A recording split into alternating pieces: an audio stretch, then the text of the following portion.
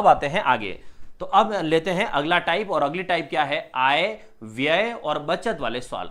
तो आय व्यय बचत, आय मतलब इनकम कितनी हो रही है, खर्चे कितने हो रहे हैं, और लास्ट में सेविंग कितनी हो रही है, वो वाले सवाल। चलो शुरू करते हैं। पहला सवाल, रवि की मासिक आय 16,000 रुपए है। तो रवि 16,000 कमाता है, वह अपनी आय का 30% घर के किराए पर, 30% घर के किराए पर, अपनी आय का 20% शिक्षा पर, तो 30% तो किराए पे चला गया, 20% शिक्षा पे चला गया, मतलब 50% का खर्चा तो हो गया। आगे शेष का, अब ये मेन पॉइंट है, ध्यान ना भाई, इसने क्या बोला है कि 30% तो मैंने पहले खर्च कर दिया, 20% बाद में खर्च कर दिया, तो इसका मतलब 50% खर्च हो चुका है। लेकिन आगे क्या लिखा है, शेष का 60%। तो शेष का 60% का क्या मतलब हुआ, तो शेष का 60%, एक एक चीज लिख के बता रहा हूं। शेष बोले तो 50%, और 50% का 60%। बहुत सारे बच्चे जिनको ये नहीं पता हो, कभी भी ध्यान ना, प्रतिशत का प्रतिशत जब भी निकालते हो, परसेंटेज का परसेंट निकालते हो, तो आंसर भी परसेंटेज में आता है। तो 50% का अगर मैं 60% निकालूंगा तो वो आएगा 6 5 30%। इसका मतलब है ये आया 30%। तो इसने बोला ना कि 60 शेष का 60% म्यूचुअल फंड में निवेश करता है, तो इसका मतलब है वो अपनी सैलरी का 30% जो है वो म्यूचुअल फंड पे, एमएफ म्यूचुअल फंड पे निवेश करता है। अब क्या पूछा है, वह एक माह में कितना धन म्यूचुअल फंड में निवेश करता है। ये तो डायरेक्ट ही पूछ लिया उसने, कुछ नया नहीं किया है। तो वो पूछ रहा सीधा म्यूचुअल फंड में कितना निवेश किया, तो भाई उसकी सैलरी कितनी है 16,000, और 16,000 में से 50% खर्च हो गया, तो जो शेष बचा है उसका कितना 30%। तो 16,000 का 30% बताना है बस। तो यहां से 2 0 से 2 0 कैंसिल, और 16 3 कितना हो गया 4800। इसका मतलब वो म्यूचुअल फंड में कितना निवेश करता है 4,800 रुपए। ठीक है, और ये कहां है, ये देखो एसएससी एमटीएस 2022, ये 2022 एसएससी में पूछा हुआ सवाल है। तो 4,800 आई थिंक सबको क्लियर होगा, कोई बड़ा सवाल नहीं था। चलो आगे बढ़ते हैं। चलिए नेक्स्ट है, देखो सवाल एसएससी सीपीओ का सवाल है 2022 का। चलो पढ़ो सवाल क्या है और एक बार ट्राई करो, आपको क्या लगता है। एक व्यक्ति अपनी आय का 65% खर्च करता है, 65%, तो 65% तो खर्च करता है, और उसकी आय में 20% की वृद्धि होती है। तो सबसे पहले एक बेसिक जानकारी जो सब ध्यान रखना, हमारी जो सैलरी आती है, मतलब जो आपकी सैलरी आएगी, जो अगर ओनली अभी तैयारी करते हैं तो इनकम जब आती है, सैलरी जब आती है, तो सबसे पहले क्या डिसाइड होता है, खर्चा, कि भाई खर्च पैसा कहां कहां होता है, ये पहले से प्लानिंग हो जाती है। और अगर कुछ रह जाता है, तो उसे हम क्या कहते हैं, बचत, कि भाई कुछ गलती से रह गया है तो इसका मतलब वो बचत हो गई हमारी। तो इनकम है, फिर खर्चा है, फिर बचत है। अब समझो कि यहां पर हमें अगर इनकम नहीं पता है, तो इनकम कितनी मान लो 100%, कि मेरी 100% इनकम हो रही है। अब आगे आते हैं कि उसमें से क्या, अरे चला गया, हाँ, उसमें से है कि 65% खर्च कर रहा है। 65% अगर वो खर्च करता है तो उसकी राष्ट्र में सेविंग कितनी हुई, तो 100% कमा रहा है, 65% खर्च हो गया, तो बाकी का बचा हुआ उसकी बचत हो गई, मतलब 35%।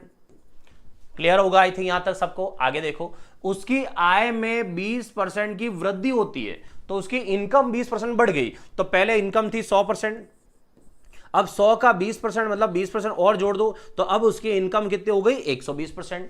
ठीक है, आगे, और उसके खर्च में भी 10% की वृद्धि होती है, और उसके खर्च में भी 10% वृद्धि होती है।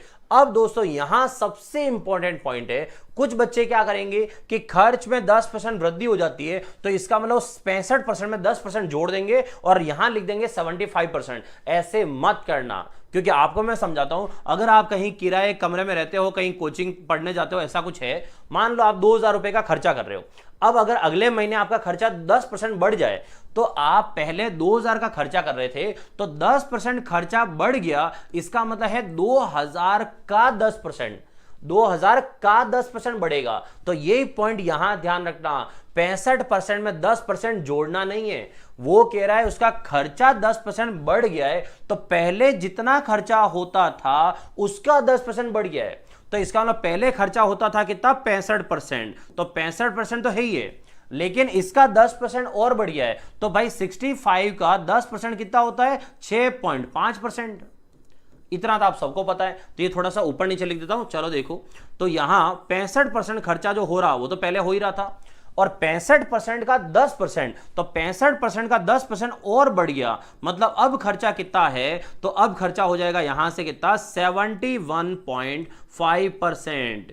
ये पॉइंट अच्छे से समझना, ठीक है, कोई बड़ा नहीं है लेकिन बस समझना ध्यान से। तो अब वो खर्चा हो रहा है उसके 71.5%। अच्छा, कमाई कितनी कर रहा है 120 रुपए, यूं मान लो, तो 120 रुपए कमाई कर रहा है और 71.5 खर्च कर रहा है, तो बाकी सारा पैसा तो बच गया। अब है कितना पैसा बच गया, तो यहां से 120 में से पहले 70 हटा दो, तो 120 में से 70 गया तो बचा कितना 50, 50 में से 1.5 और हटा दो, तो 50 में से अगर मैं 1.5 और हटा दूं तो ये आएगा 48.5। अब आता है सवाल में आगे कि उसकी बचत में कितने प्रतिशत वृद्धि हुई। तो भाई पहले बचत कितनी थी 35%, अब बचत कितनी है 48.5%। अभी अभी एक सवाल ऐसे ही गया था सेम कि यहां से यहां कितनी वृद्धि हुई है, तो कितनी वृद्धि हुई है, तो इंक्रीज कितना हुआ चेक करो, तो यहां से यहां 13.5% बढ़ गया है, तो इसका मतलब है उसकी जो सेविंग है बचत वो 13.5% बढ़ गई है। अच्छा, 13.5% कहां से बढ़ी, जहां से पहले की सेविंग थी, पहले कितनी सेव कर रहा था पैसा 35%, तो इसका मतलब 13.5% वो बचत बढ़ा दी है उसने, और कहां से बढ़ी है 35% से बढ़ी है। अब वो पूछेगा बताओ ये कितने परसेंट हुआ, मतलब इंटू का 100 करो, यहां से पॉइंट हटा दो तो नीचे 0 आ जाएगा, 1 0 से 1 0 कैंसिल, फिर यहां से काटते हैं 5 से 7 बार और 5 से 2 बार, और 135 का डबल तो 270, ये 270 बटा 7, और 7 का भाग लगाओ तो 270 में 7 का भाग कितना आएगा, तो यहां से 7 3, तो 7 3 21, फिर आएगा कितना 6 0, तो 6 0 का मतलब होगा कितना, तो 6 0 60, 7 8 56, उसके बाद कितना बच गया 4, जो बच गया वो ऊपर और जिसका भाग लगाया वो नीचे, मतलब इसका आंसर कितना आया 38.4/7%।